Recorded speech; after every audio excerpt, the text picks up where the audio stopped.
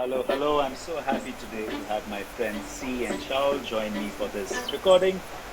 We've known each other for a while. What is it, like 6 years? I think 2017, I went to Melodea to your office and was blown away with what you guys were doing then, and I remain in sort of awe of what you've achieved in this time.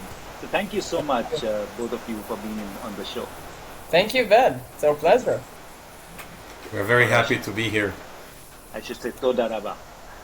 Okay, Danyevat. so there we go. We can exchange language. Okay, so I think things I don't know about you. Of course, we know each other on the work side and the things Melodea is doing, and we will dig a lot more into that. But I want to know more of you. So, see, let's start with you. What were things, tell me about growing up, and what were things that influenced you that made you take this journey? And then, Shaul, we'll switch to you. I think I'm guessing the answer is in my name. As you know, that I changed. We when we met, I had a different name, and I changed it to C. Uh, I'm very close to the sea, and I think a lot of it is somehow also influenced what I do in my everyday and the way and the reason that we're talking right now.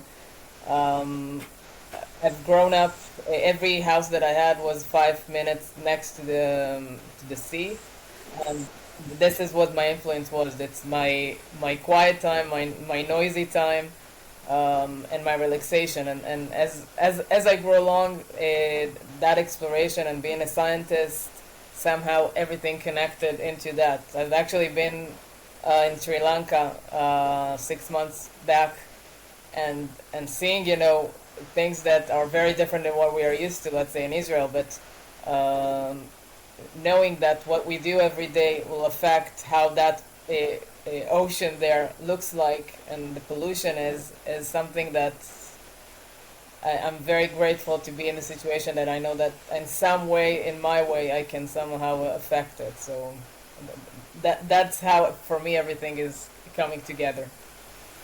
That's amazing. I did not know your name was influenced by the sea. Yeah. That's a good one for me. Yes. So, Shao, you don't know this, but last time we were talking, she had to give me a talking to because I kept calling her by her old name because that's how I knew her.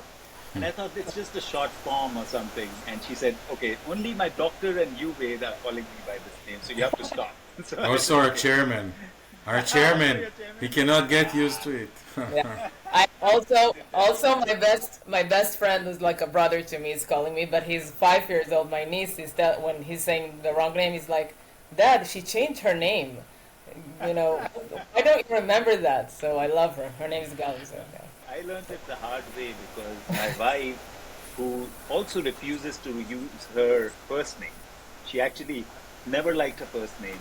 And in university, she just started using her last name. So her singular name is MacArthur, which is actually not a first name, right? But she'll just go by anybody she introduces herself to is MacArthur, and that's it. And even when I met her, her visiting card said MacArthur. That's it. So she also similar to you, and I needed to learn to respect that because at Yeah. home many times we would call her or her brothers would call her by her first name, obviously, but then she had a different choice, and they've all slowly started evolving, which is interesting. So yeah, it'll come. Everybody will Yeah. shift slowly. Yes. Shaul, over I to got you. I used to was it. here. I don't make You did, mistakes right? with that. Yeah. Yeah, you've I known never each other do for a a. while. Yeah, for a long, long time. Yeah. 10 years. Yeah. Yeah. Wow. Um, Yeah, over to you. yes. Tell us. So we were obviously we do our snooping. So we were trying to snoop. We got a very little bit on C and literally nothing on you, Shaw. So you Okay. clearly kept your private life very private. So we'd love to hear Well, your growing up and influences that led to you. yes. So I still live. I still live where I was born. It's a kibbutz on the foothills of Jerusalem, and my for me, I mean, I'm one of the founders of Melodea, but it was quite coincidental. I did quite a long military service. I was a captain in the armored corps. I was commanding a tank company, and then I had the crossroad to decide whether I'm going to continue with the military career or not. I took a 1 year leave and went. The second morning I was in in Nepal, and after that in India. And that was my first trip to India, in fact. Were you at all in Malana? In Malana, no, but I was in Parvati Valley. I was Yeah, very because close. the signs there are in Hebrew. There are so many people coming Yes, from I there, was. right? Of course, I was in Manali. In Manala, I got my wife and I got lost trying to get to Malana. We were because and that was we were nearly lost our life there. That's a good story. But Wow. Yeah. yes, because we when we started in '98, it was we first did the Annapurna circuit in Nepal, and then you think that okay, that's how a trek looks like. Everything is well organized and signed, and then we went to Parvati Valley, and we decided we want to do the Malanak trek. And the people there told us you have to take a guide, and we said, oh no, we can handle. We got lost in the forest, and I don't know how we found our way back, and we were very lucky. So yeah, that's my Malana story. Yeah. Never reached Malana. Once you finish, I'm going to tell more about Malana, but we'll let you continue. Okay, so I went back to the kibbutz and went to study agriculture. My kibbutz has a very strong wine background, grape growing, and one of the best winery in Israel. So I thought that would be my future, and I met Professor Oded Choseiv, our partner in Melodea. During the studies, he convinced me to join his group to do a master's degree. I was actually on my way to Adelaide University to study winemaking, and I had to stop that.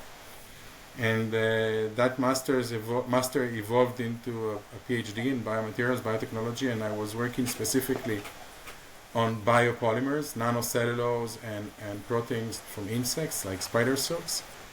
And at a certain point, Oded has a very entrepreneurship vision. He said, hey, we have something here, we can set up a company on that. And that was the beginning of the story of Melodea. What made you think about leaving the army? Family mostly. I met when finished the company commanding course. I was a lieutenant. I was sent to the armor school, where the basic trainees come. And my wife was an officer. My wife now, since we got married in 2000, but we were together many years before. She was an officer there. She was about to be discharged, and this is where we met. And I still had like nearly 2 years of contract when we met, and realized that raising a family and military career doesn't go so well together. And after taking an unpaid leave, when I was in India, actually, I decided to leave. In Manali, I remember writing to my lieutenant colonel that I'm not returning. I did that in Manali, looking at the waterfalls of Vashisht on the other side. This is where it was done. Wow. So India has numerous influences on you, but this is a India has a huge place in my heart, enormous place in my heart. I can't tell you how much. wonderful. We have to exchange more notes when we meet next time. But it's Yes. interesting because obviously Oded was one of our earliest guests on this podcast. When I started, I literally approached him, and he was, again, as always, he was so gracious, and he was like, yes, of course, I will come on it. But doesn't Oded also have a winemaking history? He does He does, competing. doesn't he? So he attracts winemakers. He told me I come. That's what actually attracted me to join his group, because I knew he comes from the wine background. His PhD is in wine biochemistry, and he called me to his office and he said, "Look, we come from." He asked me, "What is your dream?" I told him my dream is to drive a pickup van in the vineyards with my dog in the back and work and work in the industry. And he said, "You're gonna get bored, and also it doesn't pay well, this industry. You will have your own winery after you make money. So first do a master's PhD, go to the industry, and return to that when you have enough money." So I followed his advice. And the rest is history. So, of course, for the Exactly. listeners, I want to throw a little more light on the Malana and the Manali bit. So Malana is this lost valley, they call it. And it's basically, they say that these are soldiers that the Greeks left behind. And they have continued, and they still speak, apparently, an old form of Greek. and they even look very Wow. different from the Indian people, and they have remained secluded. So they don't. They used to. I don't know what it is now, but they literally had their own constitution. They didn't consider themselves to be part of India, and Wow. they would send some of their kids for education in Manali, and that they would come back then. And that was the way it kept functioning, of course, until people realized it's one of the best place for marijuana. And it became Malana cream. And, and of course, it Right. became world famous. But they are apparently, even now, they don't like people coming into their valley Yeah. and things like I that. now So it's a pretty secluded I now place. And remember that when you say it, yes, that yeah, you are not allowed to it's a touch very, them or to talk to yeah, them. you're I not now allowed to touch remember. them. Wow. Exactly. So it's Yeah. a very interesting story. But of course, I want to come back to you, C, because for you, I found lots of very interesting things. And let's Mm. start with the surfing, which we Please were let just me talking know. before we started. Before we started recording, tell us about your love further of surfing. And again, you mentioned a little bit on your influences, because surfing is again a sport that makes you sort of introspect. And does that have an influence on your work as well? For sure, it's very interesting. I mean, surfing is one of the sports that I have, and then when I thought about, I mean, when you think about sport immediately, and Shaul will is a huge that that Basketball fan. Yeah. fan. So most of the sport you think of immediately is something of groups, and I touch a lot of different sports, and none of them are of groups in one way. So it's a very individual sport that I do. I also pole dance, which is a huge acrobatic. That's Um tough. That's a tough one. yeah, it's you have competition and such, and but it's the amount of I call it, Amazons, whoever is either surfing or pole dancing. It's huge sports. Strength, flexibility. You need, and more importantly, you need to have a very strong mind and body for that. And I think it's not, different than being a scientist or a manager, whatever you are, because it's a very individual thing that you need to do. It's yours to manage things. It's yours to be with your with your experiments. But in the same time, you need that group. So I'm doing it by myself. But when you're surfing, I have my girls with me, which are my sisters. When I'm pole dancing, it's a studio of women together. Each of them are doing their own thing, but we're supporting each other. There is no one thing of how you look, or if you're thin, or it doesn't matter. It's only about fun, and the fact that you're also doing sport is it's a plus. And this is how it should be. I mean, for everyone. I mean, what you're doing here, you didn't have to do it.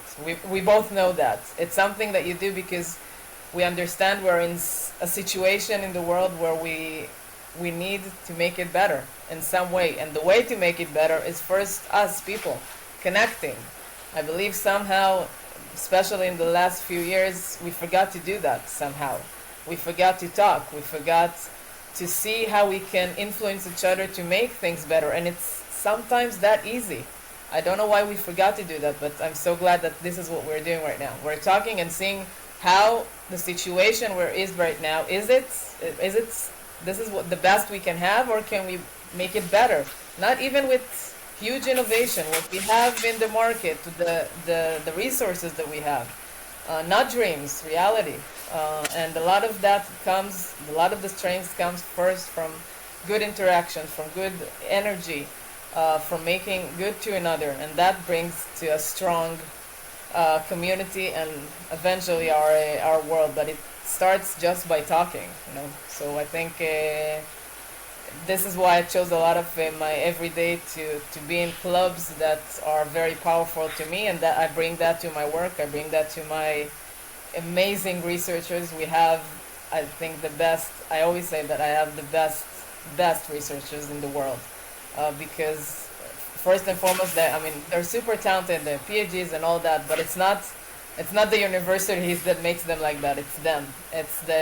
And also, being in Israel, it's a lot of the time a dual thing of being always in the edge because of everything that we are experiencing, but also knowing that time is of an essence. So we are trying our best to make things the best, but in a very short amount of time.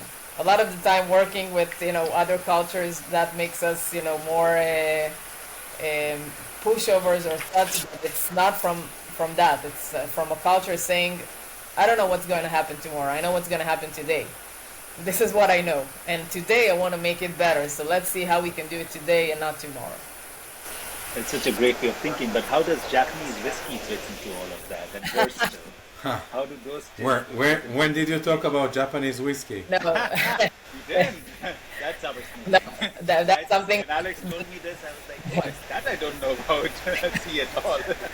So how Yeah. does that fit into So to the I'm a situation? I'm a scientific advisor of startup companies in Israel. So one of them is also a great company called Versatile that has the technology of spirits, of producing spirits, but and from different raw materials that are amazing. But it all comes together to the same thing of having amazing teams which are there as well. I'm working there with the CTO, Yechiel, which is an amazing guy, and but more importantly, this is what it is. It's young people, and this is my love to say to sum all of that. I mean, I can when surfing or pole dancing, I'm with either 18-year-old girls to 70-year-old women, and where we are in that place, we're all the same. There is no difference because we come together in that, and it shouldn't be in such a different when we're talking, So in so many other elements. So You there's still you still brushed over Japanese whiskey. So what is oh the yeah love for? I know that there is a love for Japanese whiskey yeah. these days. It's So for so what is that? from the entire spirits, whiskey is my favorite. Not a vodka fan at all. But in the Japanese whiskey specifically has something that is much more elegant, I would say, strong. I can't almost smell. So for me, to be with the love of spirits without smelling is very weird, I would say, and Shaul, I'm sure will agree. But there is something much more strong that I can feel and connect. So I think that's Interesting what. because one of my closest friends is also a whiskey aficionado, and you're totally right because he's just been into Japanese whiskeys. And I'm a teetotaler, not even like a mate totaler right now. But like I know that has been the case. But okay, let's switch gears a little bit and get a little more serious, maybe. Yeah. Shaul, tell us about how did this whole idea of Melodea get born, and why did it get born? Okay, sure. So the catalyst was, I mean, I was working on these materials, nanocellulose and proteins in my work. But the catalyst was when I was still a student working on the PhD thesis. We joined an EU-funded group. The European Commission has these large research groups. Now it's Horizon Europe. In the past, it was FP7. And with the first meeting, we met an amazing Swedish entrepreneur. He was an industrialist from the composite industry. And originally, when we were working on the things that we do in Melodea, it was more oriented to composites, to biocomposites. Unfortunately, I'm speaking of this person in past tense because he passed away in 2019. He was a very, very, very close friend, Yes. and he was one of the founders. We were three. So we met in southern Italy. I believe it was 2000 and it was December 2009, I believe. And after less than a second, he became a very, very close friend, and he shared Oded's entrepreneurship vision. And after 7 months, we just simply decided to start a company. I mean, Oded said, "Let's ask Tord if he wants to join." Tord said immediately yes. And this is where it started, very naively. We had the material, we had some thoughts, some ideas, and that was the seed that was planted. Obviously, then you have to start building an infrastructure. We registered it in Israel in August 2010, and Tord was in charge of looking for money. In those years, the nanocellulose technology was very promising. Everyone was looking to all the forestry industry was looking to acquire nanocellulose technology, and he met our first investors and shareholders, Holmen from Sweden. It's a 435 years old forestry company. He met them, one of the tech scouters, in a conference in Stockholm, and that started the process of them getting interested. And it took 2 years for them to do the whole testing and due diligence. And in December 2012, we signed the share purchase agreement, and was actually where the company was born. I would say January 2013 we started to work. And I think Cee started to work on February 2013, something like that. Even in January. Yeah, so I remember I posted, I was new to LinkedIn, and I posted a very short line, we're looking for a chemist, and she applied, and things just like that, it happened. So Wow. that's Because I was where we thinking started. you both went to Hebrew University, and there must be a connection there. So that's No, we did, but I was studying at the Faculty of Agriculture in Rehovot, where you met us. But the Faculty of Agriculture, it's actually a branch of the Hebrew University of Jerusalem, and the main faculties are in Jerusalem. So Cee did her studies in the Department of Chemistry in Jerusalem. We didn't know each other at all before. Yeah. And you have Shaul, both of you have such an interesting background in terms of studies, because you did all sorts of biotechnology, Shaul, and Cee, in your case, it's a lot of organic chemistry, and of course then it's an MBA as well after that. Right. Tell us more about your choice of each of you. Why did you choose these subjects, and what, of course, a little bit, Shaul, you said from Odette's influence, but more about what was this calling, because it's very connected to what you're both doing. So, yeah, Shaul, whoever wants to go first. Shaul. Cee, go first, please. I always somehow wanted to actually do something, I'm guessing, of art, but I wasn't very talented, I would say. Neither in playing. Now I know that my calling was dancing, but it took me a lot of time to know that. So, but I had a very good hearing, as you know, and I can hear very well, and music is a very big part of my family and my life. But I wasn't good in playing. I wasn't good in drawing and all that, and I was very good in realistic stuff and thinking, and the most arty thing that you can have is chemistry, is creating from nothing, is just creating material.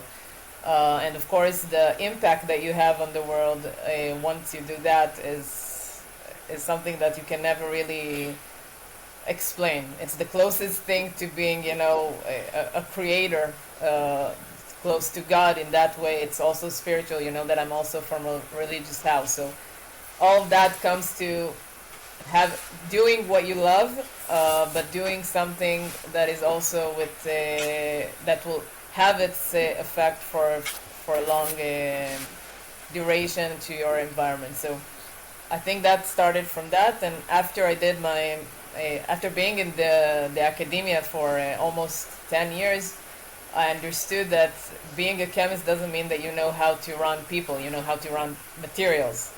And it's not the same thing. And it's important to know how to manage people. And I knew that I had it in me, but I did wanted to get the right tools. So I went to the Tel Aviv University, get my MBA, and I did my entire studies there on technology management. And it gave me all the tools that I needed. But I guess more than the tools is the confidence that I'm on the right track of doing what I want, is actually being with people and influencing them to have a right and let's say much more applied science than a science that is right for the academia, which is blessed because we have to have that as well. But I was always more realistic and pushing towards things that make things in this world. Well, you clearly haven't changed much, and I would have never thought of chemistry as art. This is a new learning for me, and I see it. I see how you're saying when you say it. Yeah, exactly. It brings things together and it creates something new.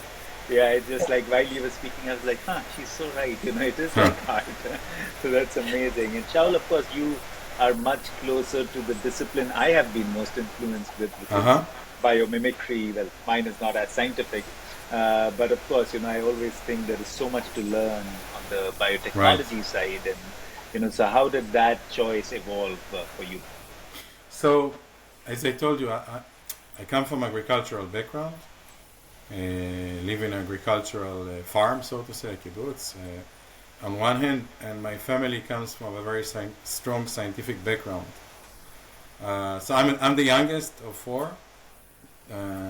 Both my sisters are PhDs in chemistry and biochemistry, and my brother has a master's in chemistry and science and earth sciences. So I didn't have much choice about selecting to study something related to science. I mean, I didn't think of any other alternative, I have to say.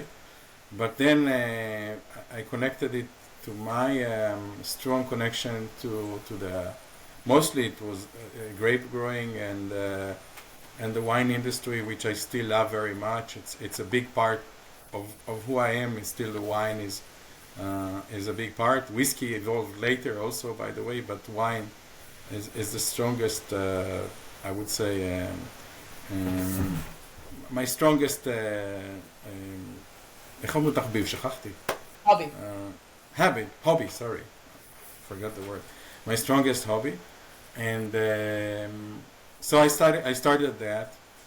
And then when Oded convinced me to do a master's degree, there was no real subject there. I did some plant biotechnology, but I didn't really like it. And one day I was just sitting in the library going over a popular magazine, and I saw this amazing article on spider silks. And that really, like, a light bulb that suddenly turns on, and I realized I want to work on materials, these structural materials that are so amazing in nature. And the idea was to combine it with cellulose. And I told Oded, okay, I will continue to a PhD, but I want to completely change the subject. And I want to work on materials. And Oded is very liberal on that. You can do whatever you think in his lab. He's multidisciplinary. There is no theme in his lab. If you will come up with an idea and he likes it, he just tells you to go ahead. And that's how it started. And in the beginning it was only the proteins engineering, very deep biotech. But then when we wanted to combine it with cellulose, I learned about nanocellulose from papers, from scientific papers, and started to play with the materials, which ended up to be the thing that we commercialized. So everything was quite coincidental, and that's what happened. Yeah, and that's a lot of pressure with like three older brothers like the ones you had, or two PhDs, one master's. There was no, there was no real pressure, but it kind of directs you because you talk to them. What should I do? Oh, go study chemistry. So I went to biology. I had to step a little bit Take to the your own side. path a little bit. Yeah. Yeah, because my father was six brothers, and he had the opposite experience because we all carry our own impressions, right? That all his brothers were like yours. You were like MIT Yeah. and IIT, and like all the PhDs, and he literally said, I'm not going to follow my brothers. And he was a very intelligent man who educationally did very little. He just did a bachelor's in commerce kind of Uh-huh. thing. And it was interesting because he had the opposite sort of this. I do not want to be compared with my brothers. And I'll do kind of thing. So it's interesting that we do that. So just taking our conversation further, where we digressed back to your education. For you, Cee, what was that? Why did that LinkedIn post fall out to you? Why was Melodea something that you wanted to go to when Shaul put that out? Good question. No, it's a good because I always think about that. I mean, after the MBA, I had a lot of different opportunities. I think directly in management. I started as the process manager in Melodea, and moved to being the CTO, and now the VP sales and marketing. But I think maybe the fact that it was a material of nature. I think if you make me think about it right now, I think it's something that I didn't want to. I didn't want to do something that was common. Typically, chemists, when they start doing something, it's pharma, it's I don't know, something of engineering, or biotechnology in this, the the more let's say complex sense of it, of medical devices and those type of things. And here it was something that is, it had a pure idea, which is still amazingly a decade after still true. When you take something that is the strongest part of nature, um, and that makes it the strongest material you can use, how can I take nature and bring it to our use, but in a good way, not to take advantage of nature in its wrong way, but utilizing it in a nice way, taking it and carefully extracting what you need without pulling resources that affect nature or harm it in any way, but just utilizing and helping us make things a little bit better, but in a more natural way, less synthetic. And I wanted to bring I think my knowledge from being a synthetic organic actually to that type of area. I think that what pulled me into to And Melodea. did the whatever Shaul put out, did it give you that information that this was something to do with nature I and made that clear, or was that at the But time you I'm started geek. conversation? After the interview, I went and read all the articles about the material. Yeah, I yeah, yeah, just of course. I just seems like I'm cool, but I'm a nerd. No, you're definitely cool. See, nobody can take that away from you. But let's get into the trenches now. And of course, this Yeah. is something that I'm sure everybody listening would be very excited about. Tell us more, because you guys have really stuck to your guns. Like Shaul started speaking about nanochemistry and celluloses, and that's what got you started. And more or less, that's been the focus for you. So, talk to us more about the Melodia technology, and also how it evolved from the time you started. Shaul, first you, and then I'm sure Cee will have more to add to that as well. Sure. So we started focused very much on the CNC, on the cellulose nanocrystals or nanocellulose in general. We didn't have a clear business plan or a clear view of what we want to do. I mean, the product that we were working in the beginning was like you can make foams out of nanocellulose. So what we were thinking of is to make bio-based foams for composites. And we realized that, and we were looking for raw materials that are industrially available. We realized that there aren't any, so we had to invent the production technology, also going from the lab to the industry. But I can't say that we had a clear business model. It was like a research, more like, for me, it was like continuing university research. But with the passing time and burn rate, as startups always have, we realized we need to raise more funds.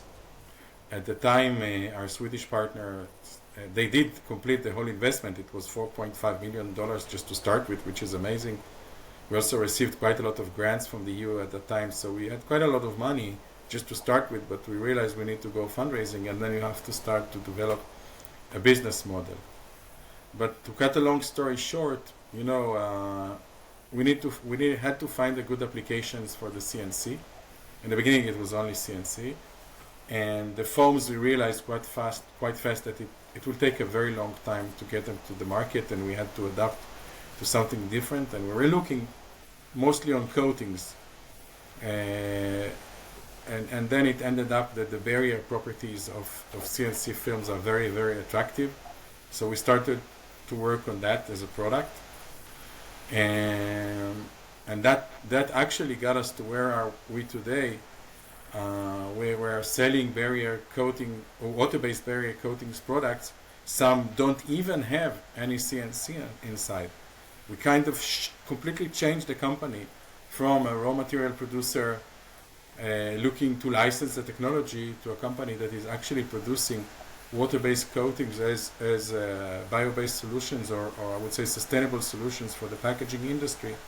It's a shift that we went through our evolution, and we completely changed the company, what we are doing, what we are focused on, and today also we have a very clear business model, and we're able to project revenues and see how the company really grows into an industry. But we had to go through all of these phases in order to be where we are today. That's interesting for me to hear because when I got to know you, you were already packaging and barriers. So of course I don't Correct. know the foam history and the materials that came before that. So this, If you look in maybe on the top shelves in the lab, you might still find some foam samples that were left from many years ago. next time I'm there, Yeah, I'll yeah, keep my head up. sure. Except, like Cee told me last time, she's no longer wearing that white coat that I saw her in whatever in You're 2017. right. She's now wearing a suit. Yeah, she's now wearing a suit, which is not the Cee I A remember. It was surfing so suit. tough, Cee, to see you wear. But tell us, so switching to you, See, tell us more about the technology and how, of course, Shaul said that it's evolved Yeah, and it's come to this, and of course, you've been a big part of that evolution. Tell yeah, us how it works and why you think nanocelluloses are the right materials to reuse for barriers. yeah. So I think what the involvement was that, and maybe that connects to why I chose Melodea, is that we didn't decide the research just chose us. When we started looking at CNC, uh, it's a material. I mean, it's a nature material. You see, you are just uh, standing from the side looking what this material can do. It can do foams, it can do films, it can be coatings, but you cannot tell it what it does. It tells you what its limitations are. And CNC by itself is a great oxygen barrier. It creates a self-assembled layer that protects from oxygen to pass. But, and it's a very big but, it is very sensitive to humidity. It's a nature material. It likes to be dispersed in water. So this material comes and tells you, I'm great in this, but I need protection.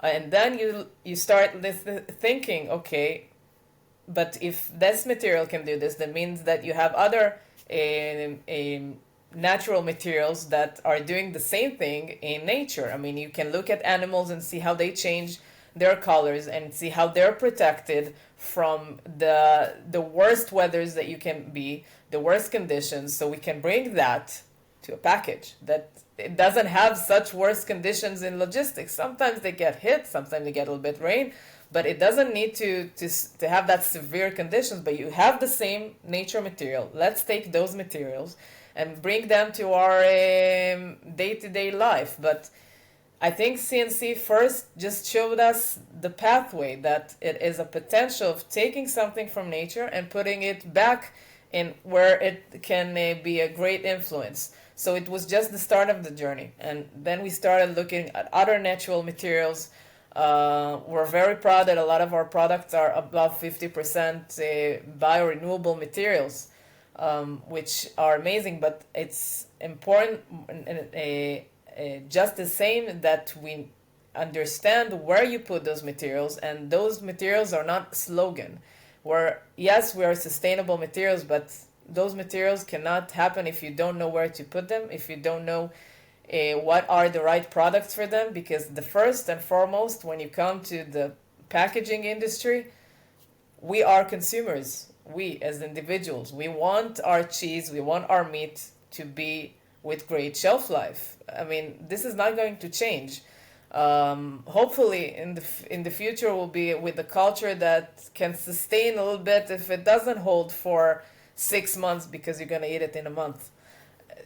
But we're not there. We want everything to be large and big, and we always think we deserve the best, but we need to be a little bit more modest. But until we do, nature can come and help us and do the same thing, just a little bit better. And this is what we learned from CNC, just the smallest particle, 100 above 100 nanometer of a particle that can create now a long strain of a film that protects you. It is the smallest thing that brings to this huge advantage, and we just, as good scientists stood and learned from that material. That was all. So when I actually came to you, the only exposure that I had of CNC was utilizing a very strong mechanical shear Yes. force. And I remember you, I don't know if you remember, but I remember having this conversation with Shaul initially of, this huge amount of energy that is needed. But that's not the process that you used, and you were still able to create nanomaterials. So how did that happen? How did, like, I know both of you come with a strong chemistry background, but the what nanomaterials were available at least in 2015 to 17, 18 were created through a big shear force. And how did you decide that you wanted to do this differently and you could do this differently? And then how did you go about doing it differently? Three steps, sorry. Joel, go ahead. You Uh, started. I think the funny thing, I first the first nanocellulose that I have ever discovered was CNC, and not the other stuff.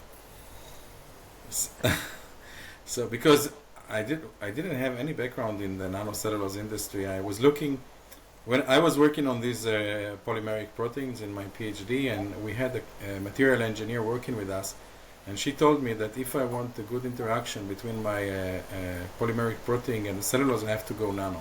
So I simply Googled nanocellulose, and I think the first paper that popped up was cellulose nanocrystals. And for me, that was the end of the search.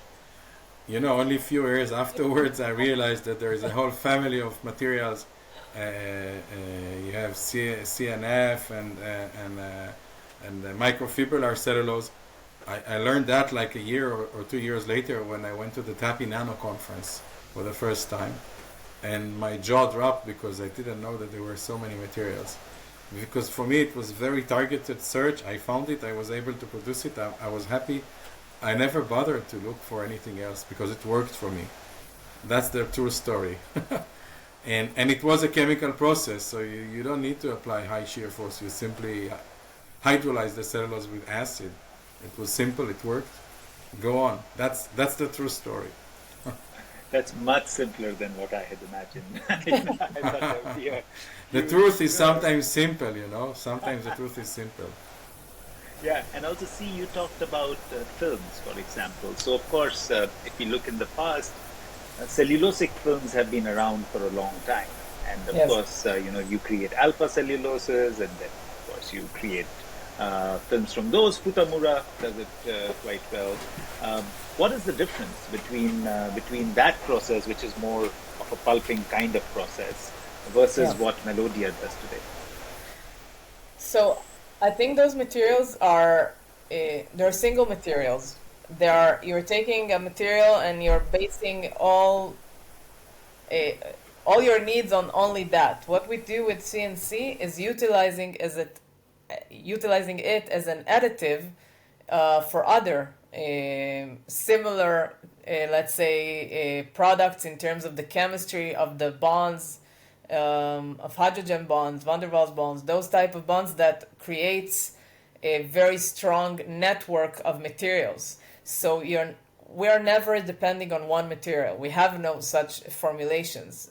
Our materials are, let's say, simple sometimes in the way that you produce them, but they are very complex in choosing the very right material. It's not even a material that I will tell you a list of materials. It's a specific grade in each of those because it's a community of materials coming together, and sometimes you need that edge, that leader, that even if it's a very small one, it connects all of them into a place where everything just works, and it works even beyond what you thought it should be, because it's a network. It's literally a network of creating something that's very tight, that can seal. This is what we need. Not a lot of people know that how much chemistry, how much complexity you have in a package. I mean, I mean, even us, when we enter this, and you know very well that in my day-to-day job, I have to be very knowledgeable in what I do, and to understand that complexity still, I'm doing this for years, and it still surprised me how complex something that is simple. I mean, we're taking, it's just a ice cream, or we're taking our tuna, or we're taking something. We just eat it, but the box is so complex. And it also creates, question, does it have to be so complex?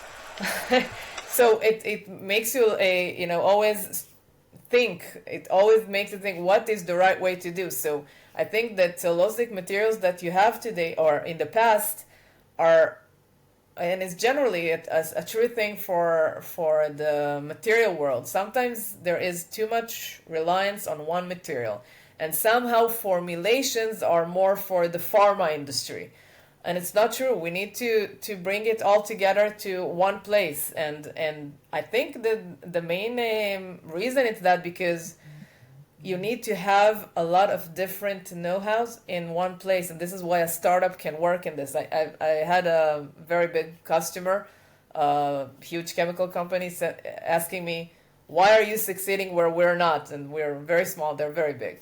I'm saying because in one lab I have very different scientists coming together, and of course you have those scientists, but you have a science of engineering, and you have a science of this, but I'm making them all talk in 1 second, and this is the difference. So to bring all of that know-how into one place, it's also the same a complexity that you have in a package, but that's what makes everything works eventually. There's a lot of cross pollination of ideas that A, happens a between lot. the people. Yeah. So let's talk a little more about the process, and I know it's very complex, as simple as Yeah. you guys can Yeah. make it. How does it? What is the material that you take? And of course, I understand, see, that you Yeah. said it's an amalgamation of materials. Yeah. It's different materials coming in, but just for the listener to make it very Yeah. simple, that you're taking something, transforming it, and then Yeah. providing something. What is Yeah. that process from your perspective? So it's very simple actually for a listener. I think it's simpler than when you're speaking to someone with the know-how. You're just cooking. You're cooking something, mixing a few different things like salad. So it's less cooking in terms of making a difference. You're making a very good salad, mixing a lot of good things. Some of them will connect, some of them will be there to support, and then eventually you'll have something that you're simply printing. We all have printers in the house. You're putting a page, you're printing. This is why it's simple. We're printing on a different substrate between if it's plastic or paper, but the chemistry of what we do brings it that the printing is very homogenic. It's very connected, and it's most importantly a barrier to whatever you need it to be, depending on your needs. So as the complexity is in the materials, but in the processing, that's where it becomes easy. And more importantly, if it wasn't easy, it simply wasn't commercial, because you have machineries, you have what you have. You need to fit to the existing machinery and not the opposite. A lot of startups have that wrong idea that things will change for them. We will change for the industry, and with time the industry will also change for us. They will increase the capacity, they will do maybe changes in the existing machinery to have a higher capacity, but the beginning is very simple. It's a mixing of the right materials, printing them, and now having the right package, and knowing what you're packing and how that will fit compared to what you have today. That's definitely much more simply put than I would have imagined, but I am going to dig a little bit deeper Yeah. after I ask Shaul something on the side of how the barrier is actually made. I understand that the barrier is made and then it's, well, relatively simple. But you and I were talking before the call on our scientists playing around with your materials and what they are achieving. Yeah. So of course it's more complex than just printing. But that said, I'll park that. Uh, Shaul, you mentioned the idea of nature and nature's building blocks, and cellulose being one of them. When I have looked at it from that lens, like yours, I find two major components. One is sugars. It could be basically hydrocarbon kind of chains. And then there Uh-huh. is proteins, which is amino acid kind of chains. And there's a very Right. narrow part of the periodic table that does the trick, unlike all the inorganic chemistry that we create further. So do you see, and I'm going to get specific on this, do you see collagens and proteins coming into the mix as well as you guys go along? Because what I see in nature, say, if I look at an Alaska pollock, which is an amazing fish, and it has a very, very low air permeability, and it comes from collagens. So do you see that coming into, and like I was wondering when you were mentioning that more materials are coming in, is that something that you're exploring as well? It's a very interesting question you're asking. You know, when we started Melodea, before starting Melodea, my PhD is combination of proteins and cellulose. That's the work. So That's perfect. I think I need to come and spend a week just learning from you. you are As most much time welcome. as you You are can very take. welcome. Go ahead. So and when we started Melodea, we didn't know much, but what we did know, at least cost-wise or industrialization-wise, cellulose is much more, carbohydrates in general, I would say, are much more available, industrially available, and proteins. The materials are amazing, but the cost issue is a major problem. If we're talking about packaging paradigm, if you want to change that and you're competing with plastics and other materials that are super, super cheap, price always has to be in front of you. We already in the past, I mean, for instance, from Oded's lab, there were some nice formulations with nice barrier combining proteins with nanocellulose that has very nice potential, but the price makes it, I mean, something that you think is even cheap, a protein like zein or even soy protein. When you put it into a formulation and try to calculate the total price of your packaging, you encounter a problem. So I think for the short term, carbohydrates are the solution. For sure, for the longer term, in terms of performance, you're absolutely right, because proteins do provide a lot of performance. You can also make them into plastic-like polymers. You know, use this the nitrogen and the peptide bond. It's a very good basis for good chemistry, and it's of course much more versatile compared to the carbohydrates in terms of functional groups. But I think still the cost is a major issue with proteins, at least for commodities. There is application, there are many other applications for proteins, but maybe in the future I do agree that we will need to look for additional sources, and when regulation will be more strict, then proteins will come into the formulations for sure. Yeah, it's interesting. And you mentioned Oded, of course, his TED talk was also on collagens. And when you were talking about it, I just Yes. remembered that.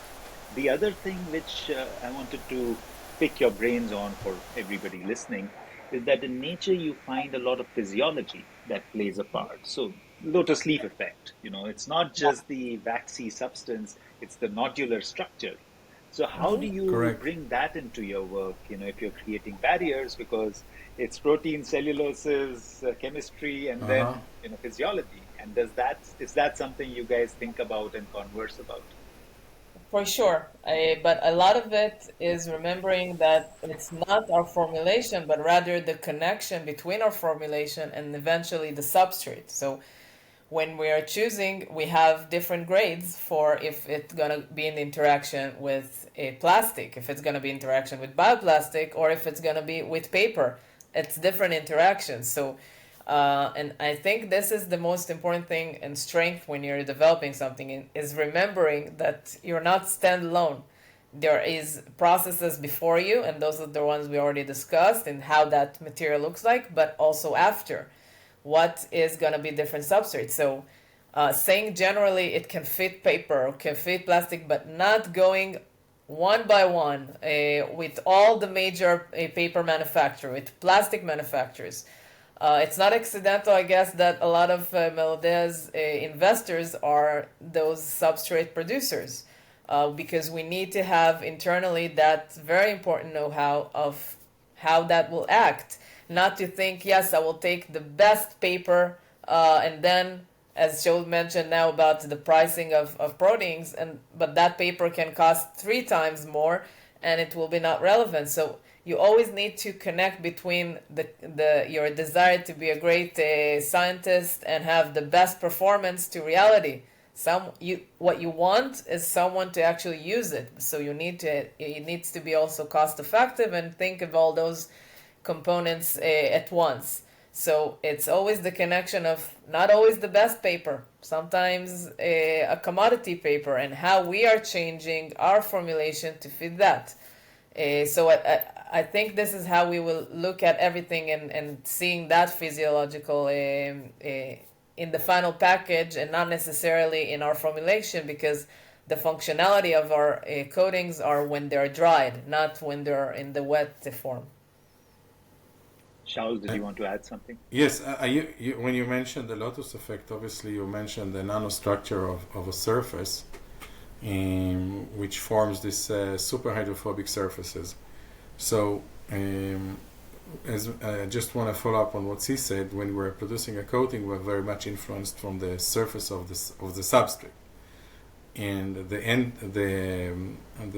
I would say the performance of the coating is heavily influenced from the roughness of the surface and how even the physical layer. It's not only a chemical barrier; it is a physical barrier too. And obviously we didn't measure the nano distances between the particles and correlate that to the quality of the barrier, but I'm sure that if we did, you can see a clear correlation. I can say also that with the nanocellulose itself, there's a lot of applications that are waiting, I would say, currently on the shelf to someone to pick them up, directly related to nanostructures. We are supporting a research group in Oded's lab when they're producing this type of nano devices like nano antennas and supercapacitors, and conducting inks that are very much based on this arrangement of nanostructures. But I would say it's still more far away from commercialization.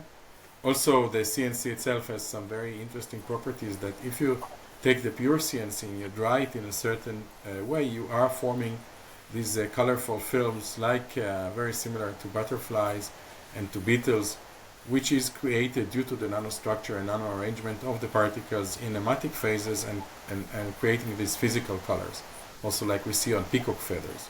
So there is a relation, and I'm sure that we will, but these things obviously are, I would say, more I would say in our pipeline and a more further applications. We will get there, but I'm certain that even nowadays with our coating, the surface is super important. Oh, absolutely. And as Cee, you were speaking, I was thinking about the things even what we were discussing before the call.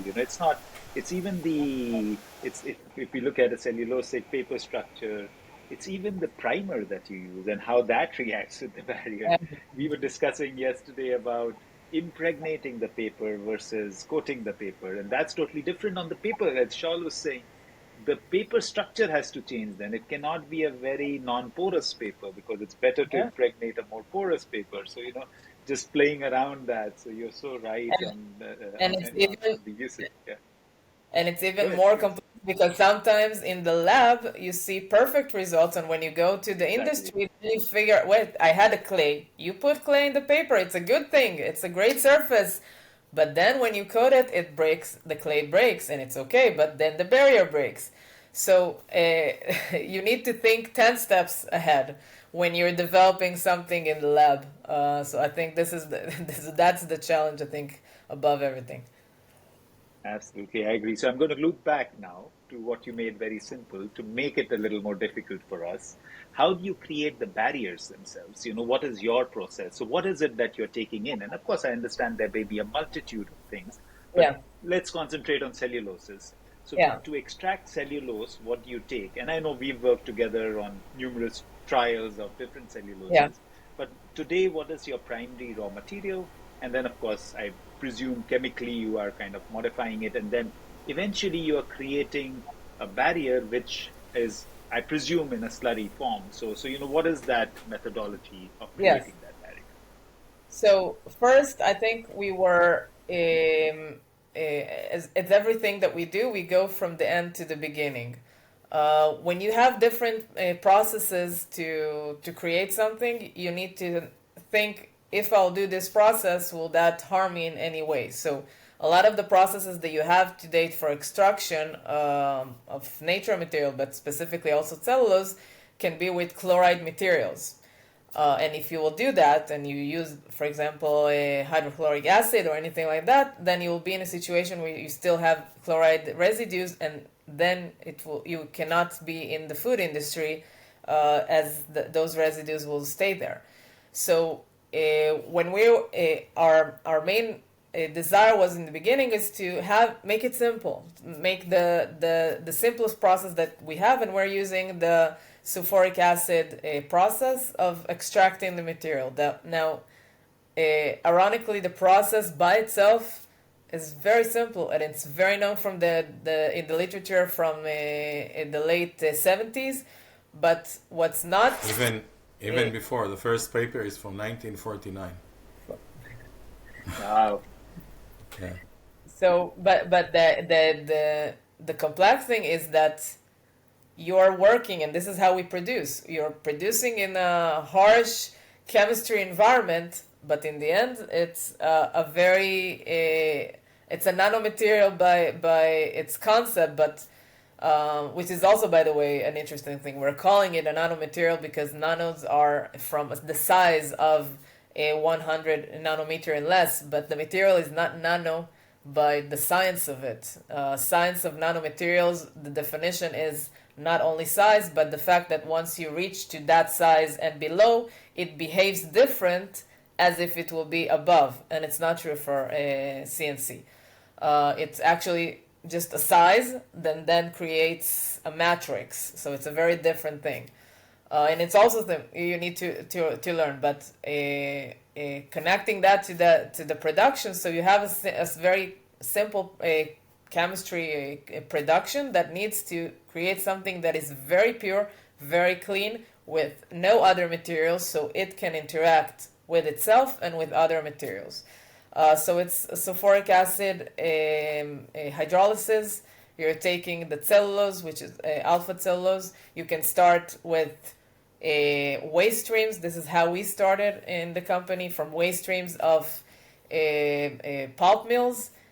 In the idea, in the IP, that is a great thing, but in the reality, it's much more complex, as you know much better than me, because those waste streams hold a lot of different problematic materials, and you cannot have those as residues as you go along in the value chain. So you can do that, and we have that technology for that, but we can also start from a commercial pulp, and this is what we start from.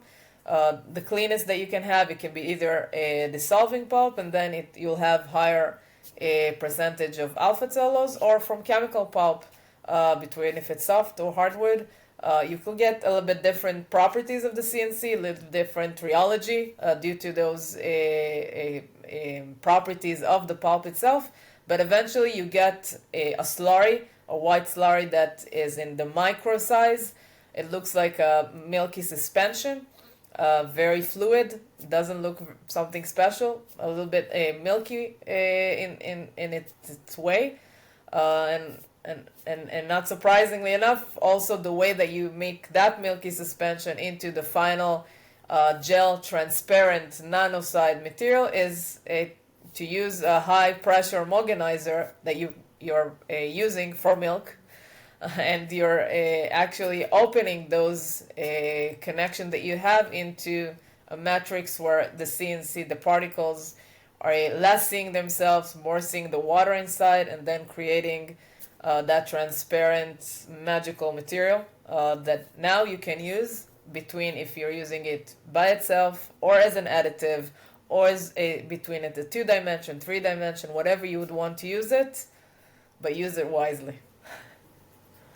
That's brilliant. That's definitely much clearer for me, and I'm sure it will be for others as well. So thank you for sharing that. And I'm sure beyond that, there's a lot more thought and chemistry and materials that go in. And that takes us well to applications. And see, you are somebody I've always loved talking to when it comes to applications and how you think about it. So of course, as far as I know, there are 3 broad set of materials. that you have Melox, VB Coat, VB Seal, and I think there's a newer version of Melox that I think you were talking about Yeah. last time. And so what are these materials? How are they applied? And what is the focus for these materials? And of course, for Melodea as a whole. So yeah, you guys can maybe see you start and then Shaul Yeah, comes yeah. in with that Go one. ahead, Yeah. see. So, yes, we have a portfolio of products, but when we come to a customer, between if it's a converter or end user, it's irrelevant to them, from my perspective. For them, they need to tell us what do they want. What do they want? I'll tell them to use this or this, it doesn't matter. But what they need is to say, I have today metallized PET. I want to be only with monoplastic. I'm today with a plastic, but I want to be in paper. So they're telling me this is my goals, this is my sustainability goals, this is my not even sustainability goals. Sometimes it's performance goals. So I have a cheese package with EVOH based with complex plastics in it. The performance is not good enough because the pricing of EVOH is rising. I have a decrease in the availability of the material. So I'm putting less EVOH than I put in the past. The performance is not good. I need something better. And I didn't even say the word sustainability. And then I'll tell him, okay, we have a solution that, by the way, it's also sustainable. But first and foremost, it has the highest performance, even as some customers already showed us, even 10 times better than EVOH. It has better pricing, and it is also sustainable. And this is the new Melox engine that we now issued. It's new just in terms of, let's say, marketing ways, but it's already been tested for 2 years now, with several customers already. Everything is in the industrial scale. We were also waiting to have the final approvals for food contact, which we have, the BFR and FDA. So now it's the boom of how that looks like. So when a customer comes, we will tell him, let me know what you want. And a lot of the time I'm telling them, and I think this is why maybe you as well appreciate me more than anyone else, is that I'm also telling them, you cannot have it. I'm not gonna. Although I'm the VP Sales and Marketing, my DNA will be as a chemist. I will always say what is possible and what's not. For example, molded pulp is something that is very interesting, and it's a huge hype a lot of the times by PR that you see of Carlsberg and all those companies. But the reality, tomorrow morning, can you have a molded pulp package with all the desired? Yes, in terms of the chemistry. Yes, in terms of the availability of things. But no, in terms of how many converters you have that know how to do it. And I will say it. I will not hide it. I'm not gonna start navigating them into a world where they're gonna do R&D projects and end up with nothing. I'll guide them into, tomorrow morning you can have this. In a year time you'll have something else, and in 5 year time you'll have something better than. But you need to know where in that reality is. And I have a lot of customers who say, great, but then I'll start now, but I want to be only in the product of 5 year time. And everything is open, and it's okay as long as we know where we are. So we have our Melox, which is the oxygen barrier, and it's a substitute for EVOH and the metallized Alox, Silox type of material. We have our VB coat and VB seal. They are both cousins. They both are water vapor barriers. They have a aroma barrier, the grease, oil and grease, and the VB seal compared to the VB coat has also heat sealability. But more importantly, all of those materials can be coated in the typical printing, and this is why I use the methodology of you simply print, because this is what you do. You print those material, one shot, one coating on a substrate, and you get the performance as if you would use a produced plastic. So the production is very different. It's a different way of looking at the product, but eventually you get a product with the same performance, same look, same needs that you have, the same shelf life. We're not touching shelf life. And it's just a matter of having the right bridge between end user that has a certain need, a converter that knows how to utilize our material and a substrate, and eventually a formulation that can bring the performance. Because if and anything, I see from customers a lot of frustration of solutions in the market that do not perform. Absolutely. Shaul, did you have to add anything? Or I have a different question.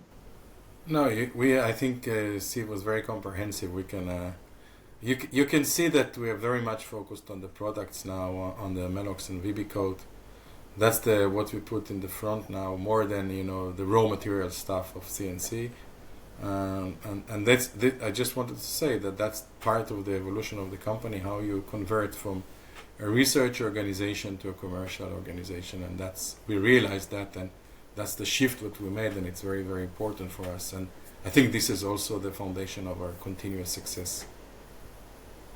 No, absolutely. And I've seen the transition myself as you guys have grown and expanded. And yeah, for me personally, it's so beautiful to see. And when you see that change, a bunch of passionate people like yourselves slowly evolving and getting commercial success. So that's the real key in the end.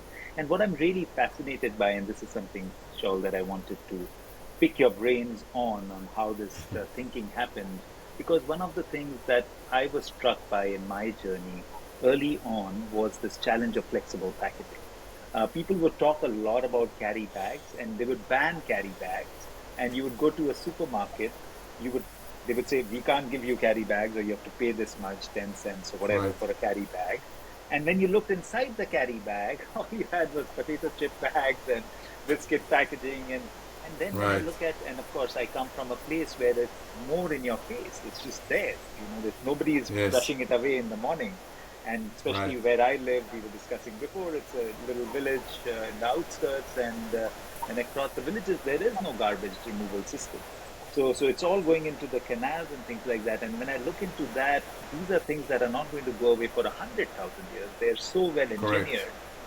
So was there, because you have clearly identified that as your focus, the barriers, and that is the biggest challenge today, especially water vapor, and Cee and us have had so many conversations on that.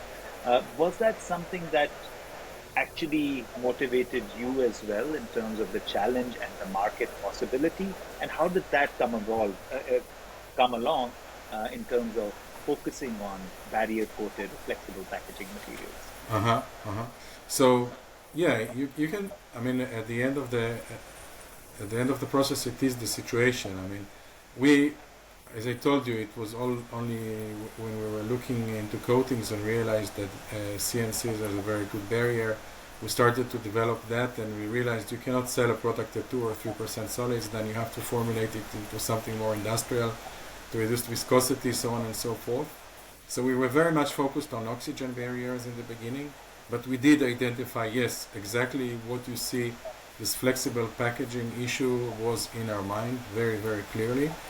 I could say that in the beginning we thought only on paper, not on plastics, as these are more recent opportunities that we discovered now in the recent couple of years. But in the beginning, the idea was, yes, we need to completely change, and I think it's quite similar to what you expressed in your YouTube video when we recontacted, that we need to completely change the paradigm of packaging. As you mentioned, you see this flexible packaging stuff being dragged in the water systems into the rivers, into the sea.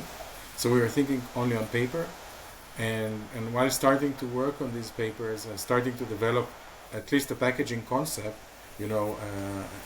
as a demonstrator, we realized there's not we didn't find the suitable moisture barrier.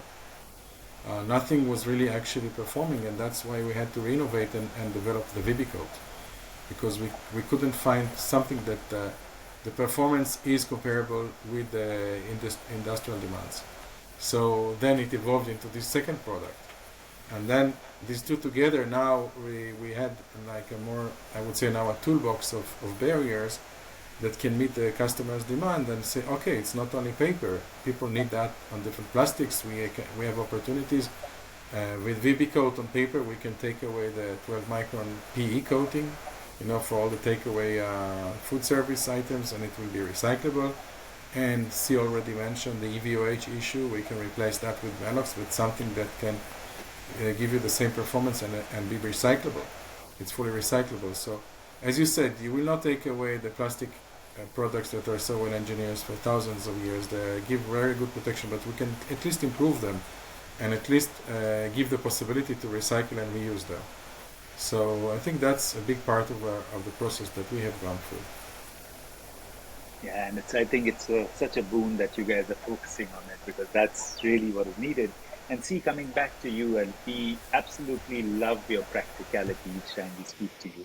And like you said before, it's hard hitting. And Yeah. you don't know this, but we channelize you in our discussions internally. Okay, what would C say? So, so, so and it comes from this idea that you keep bringing up, and this is something I And want to there, share with the listeners. there are pills for that. There are. Okay, good. Tell us some.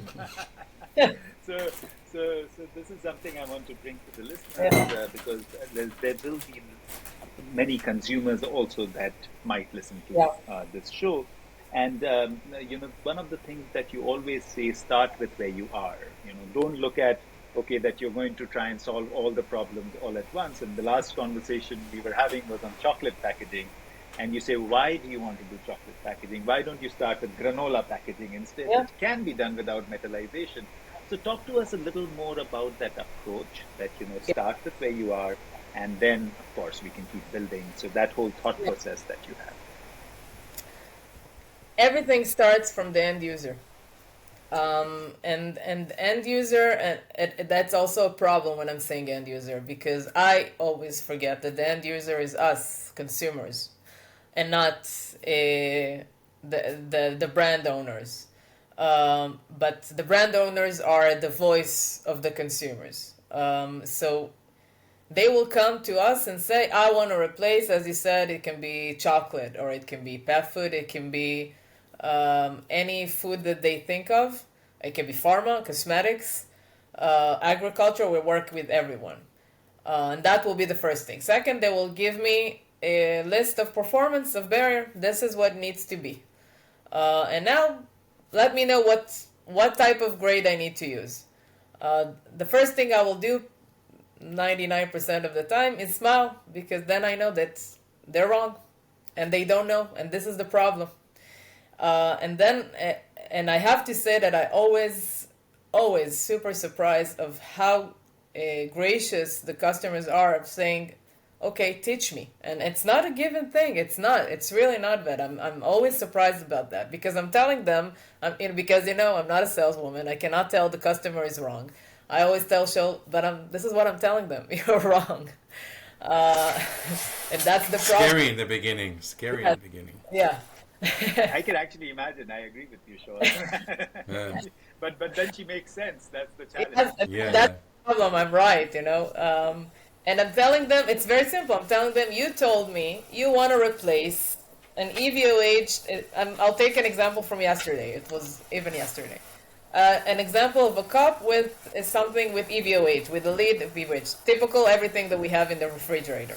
And then they send me a barrier properties of WVTR, water vapor transmission rate, less than 1, OTR less than half, and that is aluminum, guys, and you don't have aluminum in your hand. So it means that there is, and then she said, okay, I'm opening, and she showed me the technical data sheet from her supplier that shows those properties, but it's not correct. So now you need to bridge that. So how do we do that? As we established our own services, pilot and lab services, to show them. And I tell them, send me your samples. This is what you use. We're not going to touch what you're using. Your customer need to have this shelf life. Bring me what you're using. I'll do the test. You will see that it's not the barrier that you have in that technical data sheet. And this, and only this, will be our starting point. We don't need to be, for sure, not better than what you have. So we first need to understand what you have. And then, and this is the second hard part, is to also understand that if this is what you have, it doesn't mean this is what you need. You have, in Israel, bottle wraps are from aluminum foil. You can have it in paper. It's not, I'm not saying something that you have plastic. You can have it in paper. In the US, most of them are paper-based with the classic 12 micron PE. Some of them already with Vaxxas, but not a lot. But they're not with aluminum. So if someone in Israel, I don't have a lot of Israeli customers, but if an end user of a food company of a butter would come and tell me, okay, I need to change that, then they will give me a technical data sheet of aluminum because this is what they know. And they're right, this is what they know, but you don't need it. So a lot of what we did, and this is how know-how developed, is to take things from the supermarket and test them and understand that what we've been fed this entire year is that this is the properties, this is not what happens in reality. And still our food stuff are great, but it's not the reality. What comes out of the liner of a film is not what ends up in the supermarket. It's different properties, and only those you need to reach, nothing more than that.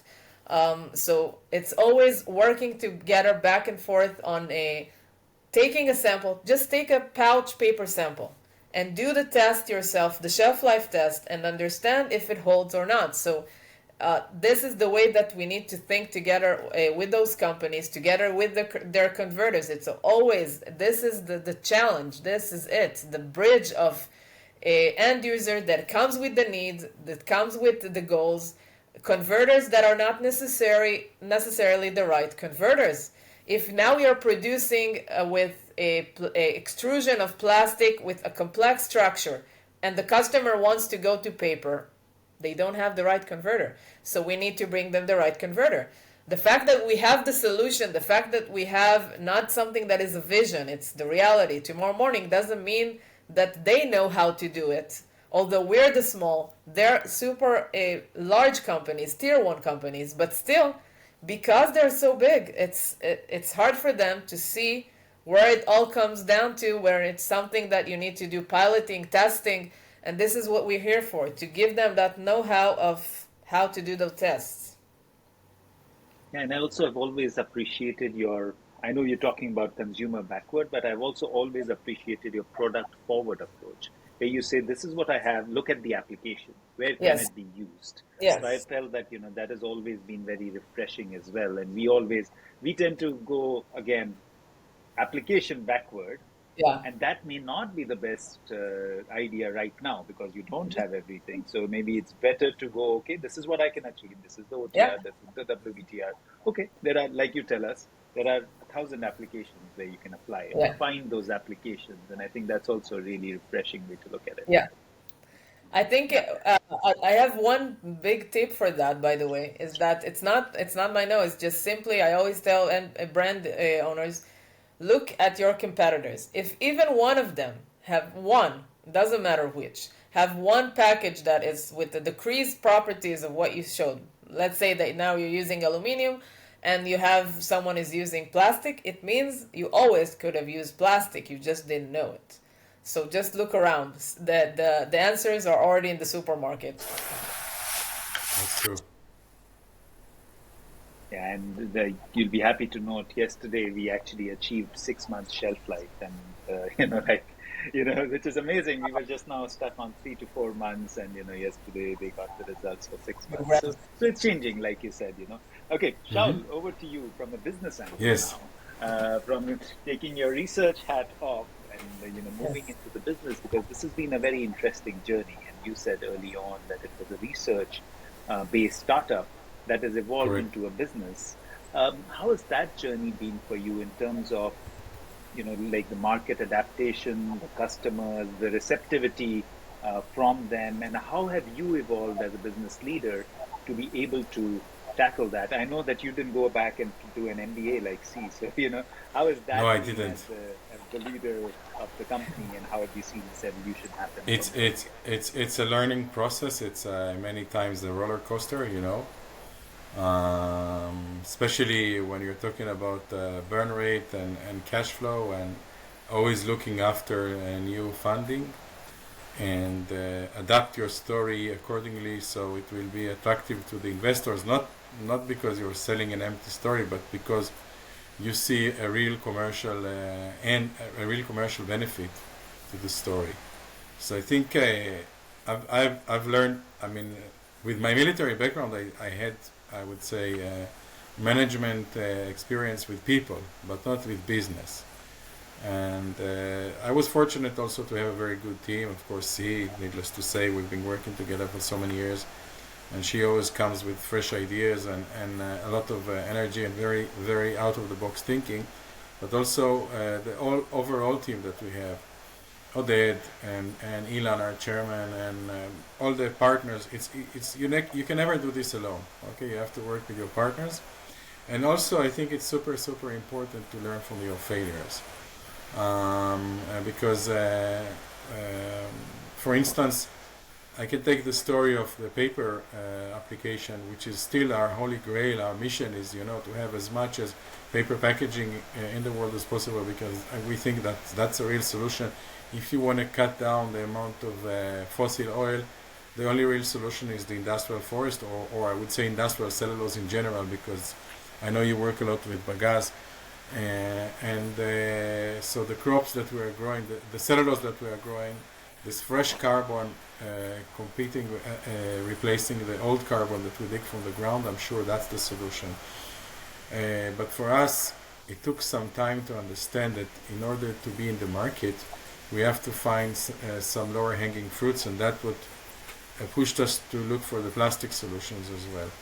But it took us quite a long time to understand that, and painful, I would say, cash-wise process, which even put the whole company at the risk of running out of cash at a certain time, because we had these amazing paper pouches with amazing performance, with the biggest companies in the world working with us, but we didn't understand that they are not planning to launch these products to the market in the next years. They're just preparing themselves for regulation, and if we wait for that, we will not be here. So we were very lucky to have to shift to other areas, and that's for me was a very important business, I would say, lesson or experience, and but we really came to a very, very dangerous point in the life of the company, that we had to go and do fundraising and change the story and also find these new applications. So for me, this is an ongoing process of continuous learning, and I'm very happy that we're able to do it. And how's the customer receptivity been over time? Of course, I understand that there have been these peaks and valleys, but now how do you see it? Are the customers? I think now, only this year, 2023, you start to really feel the change. You start to feel the market pull. We have all this, the plastic pollution issue has been around for many years, but I think the awareness, particularly in the last months after the UN had this plastic pollution big conference, and they keep coming. I think the global awareness is really growing now, and people understand that we need to change how we do things. I read Bill Gates' last book about the carbon dioxide problem. He says there, and I think he was wrong, that the packaging problem is not a real problem. He says it's polluting, it's important, but we have to stop carbon emission. And now I think, and I didn't agree with him there, but I think also people are starting to disagree with this paradigm and understand that we have to do things in parallel. And I feel that this year, and I see also the interest in what we are doing, it's growing exponentially, and I think we can really feel this change starting to happen, and I really believe that in the next years we will see a complete radical change in the packaging world. Yeah, that's wonderful to hear. When as we were saying before, when you say good things in India, they say ghee and sugar in your mouth. So, Yeah. so those are great things, and I totally haven't read the Bill Gates idea, but there is two sides of it still. It may not be harming the earth overall, maybe from his perspective, but it's still a damage. I see it as a damage for me personally. What is also a pain is the damage that we do to terrestrial and marine life. Birds with plastic, and in India, you see cows and dogs and Yeah, pigs, and everywhere. what Yeah, fault is it? Like they haven't done anything wrong to right. deserve this, You're and they're right. dying. They're dying Right. constantly. And what do you say about that? Okay, maybe in terms of the humankind perishing, Bill Gates may be right. It may Yeah. be Mm-hmm. the carbon emissions, but there is other life that is impacted, the marine life. And see, you were talking about Absolutely. the oceans, and like you're seeing that Sri Lanka, of course, being so beautiful, and I'm sure you're seeing that there. So those are also impacts we as people, as citizens of this planet, have to think Mm-hmm. about. And of course, I just saw the time, and we're running a little bit over. Except I knew this was going to Yeah. happen with you too, so there wasn't. It's not much of a surprise. But thank you for keeping up with me on that. So I'm going to curve towards closure. So talk to me a little more, and it'll be good to hear from each of you, both these towards the end kind of questions, on how do you guys see growth and scaling for Melodia in the next 5 years or so? How are Mm-hmm. you seeing that happen? Maybe see, we start with you, and then of Yeah, course Shaul start, will have please. a you. Sure. I don't know. I mean, there's the version that I always need to reduce to what I actually think. I Nah, nah, nah, nah, nah. Come on, no, no, no. Remove I'm the I'm pushing filters her here. Come always on, to be push it. conservative. When we present to the board, oh, be more Yeah, conservative. Be board more might hear this conservative. one conversation, so more. yeah, you have to I be careful about that. Yeah, no, I'm doing extreme sports. Careful is not part of the DNA. I think it's what you said. I think we all need to pass. I mean, if in startups the valley of death in terms of funding, we're in the valley of death in terms of believing. Um, we start seeing the believing, everyone, even in the questions that we get from customers. If I look at questions 2 years back to the questions now are accurate. Now it's not a simple thing. It means that someone did a lot of work, a lot of understanding to ask me that accurate question, and not is it compostable? Is it in a home compostable industry? What do you care about compostability? You don't have it. It's just a buzzword. It's not going to help anyone. So it's not buzzwords anymore. It's actual a question. Is the structure PE based or EVOH replacement? It's very accurate. So there is the belief, there is the starting of the know-how, but there is still a lack of belief of the speed it's gonna go, and lack of belief comes, typically from facts that are not in our control.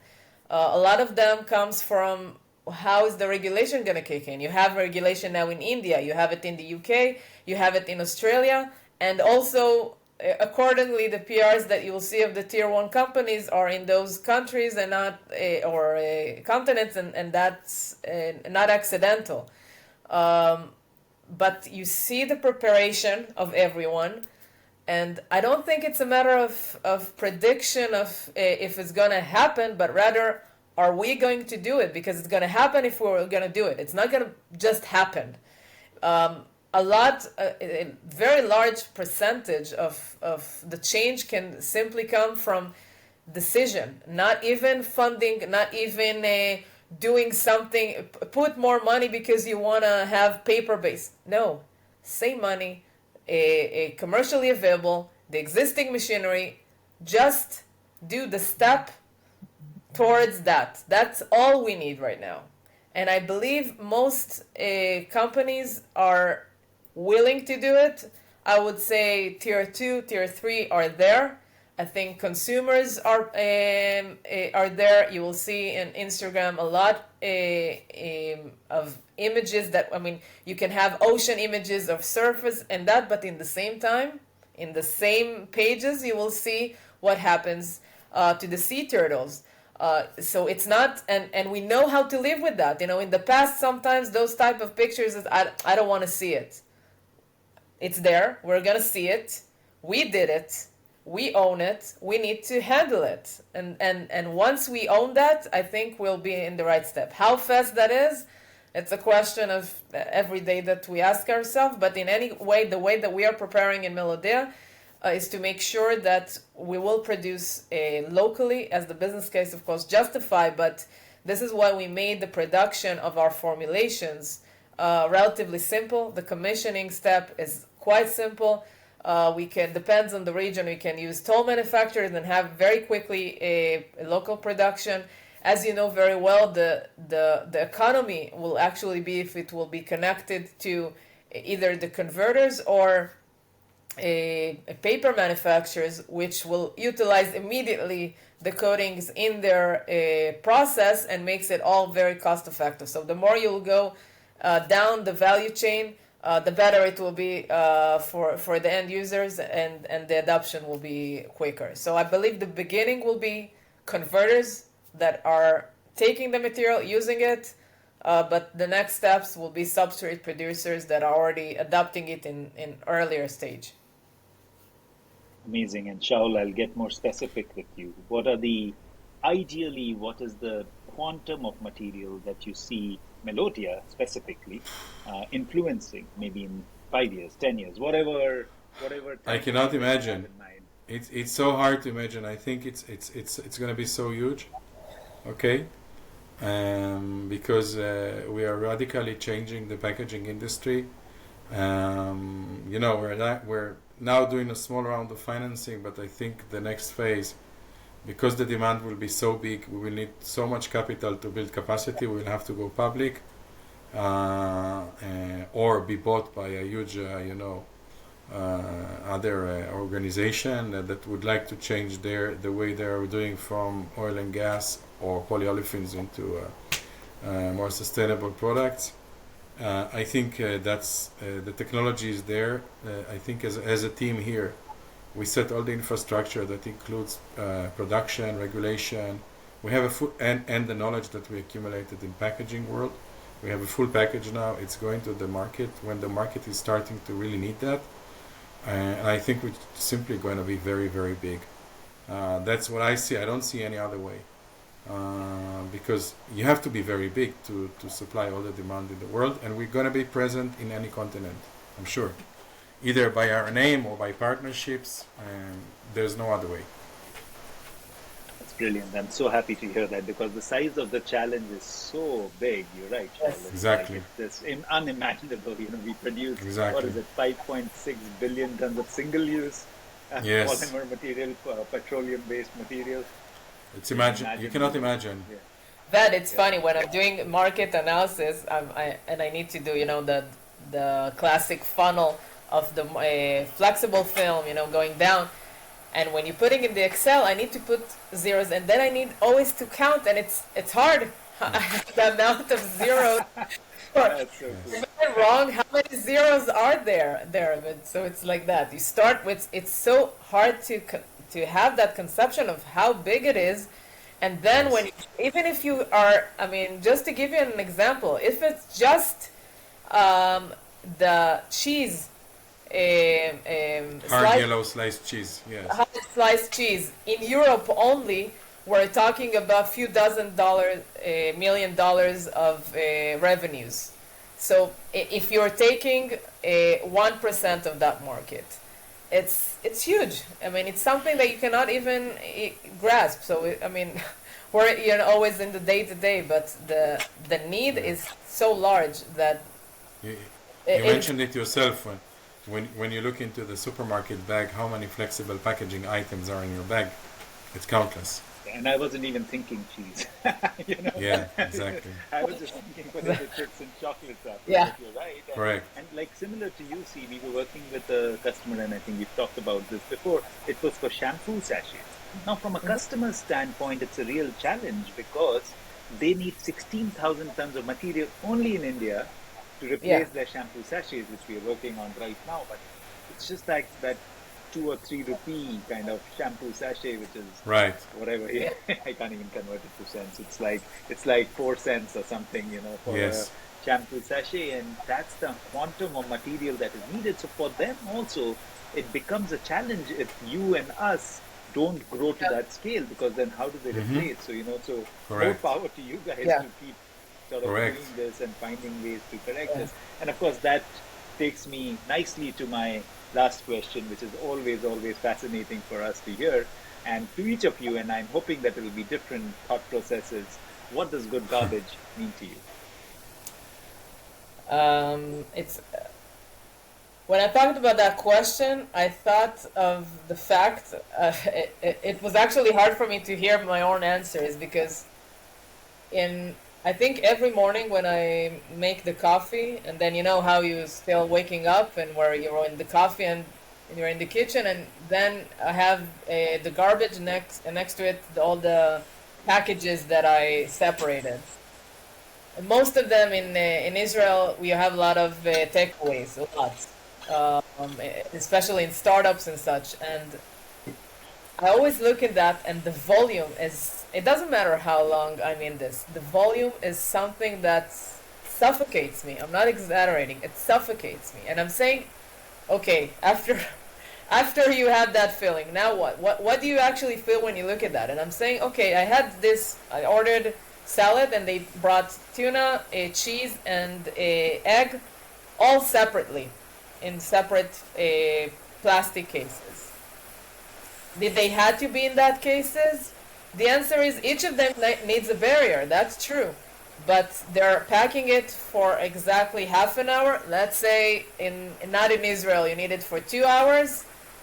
Every paper with some barrier will hold that. So you didn't need the plastic there at all.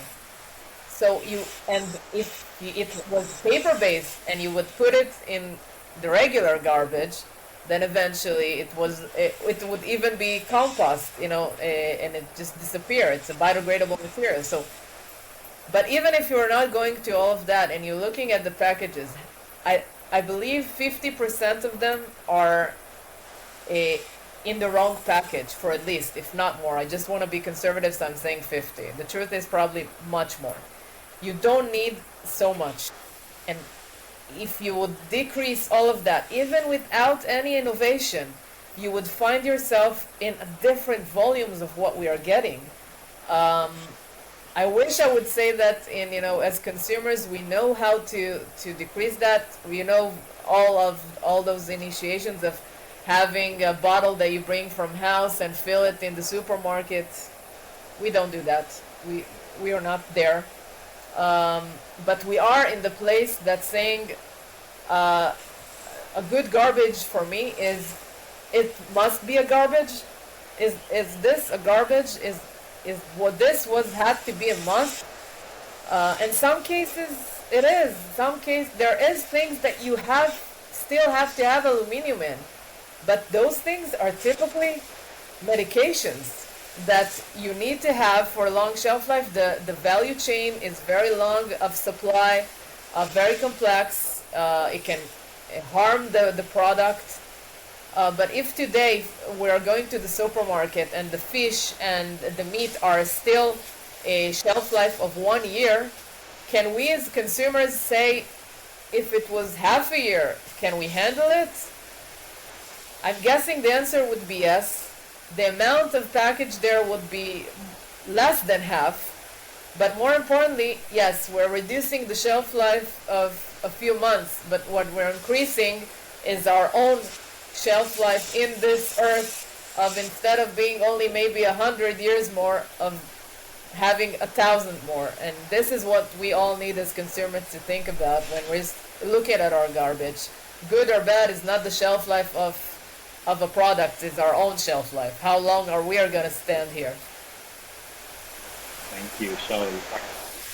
So I would say that I would, in a sense, would like to completely eradicate the word garbage from the Yeah. terminology. And I think, because I was thinking of that question, and I think if we go back, I don't know, 80 years or 100 years old, 100 years ago, the only garbage that we would produce would be organic. And non-organic garbage that stays forever. So I think the whole system is broken. It has to be fixed. Obviously, it needs to come from the consumers, but I think more than that, it needs to come from the producers, and the producers will not change if the government will not tell them. And it's not only the local government, it's the global effort. And to me, I would like to live in a world where everything that we use can be either used or compostable in a very simple sense. And I think we have to be there, and we are working to be part of that. That's our mission. Toda Rabba, Cee and Shaul, it's always a joy to talk to you and Thank meet you, Ben. you. It And was a this, pleasure. it's literally got me excited. I have to go back and see you guys and spend more time in You are Israel. so And welcome. We'd hopefully, be very happy. thank you so much. It will hopefully happen soon. I'm very excited to continue to work with you guys to build better products. You guys are doing such magical things because this is what is Thank you so really much. needed by this world. And keep at it. And I just pray for more and more strength for you. Thank you so much. Thank you so much, Thank Shaul. you so much.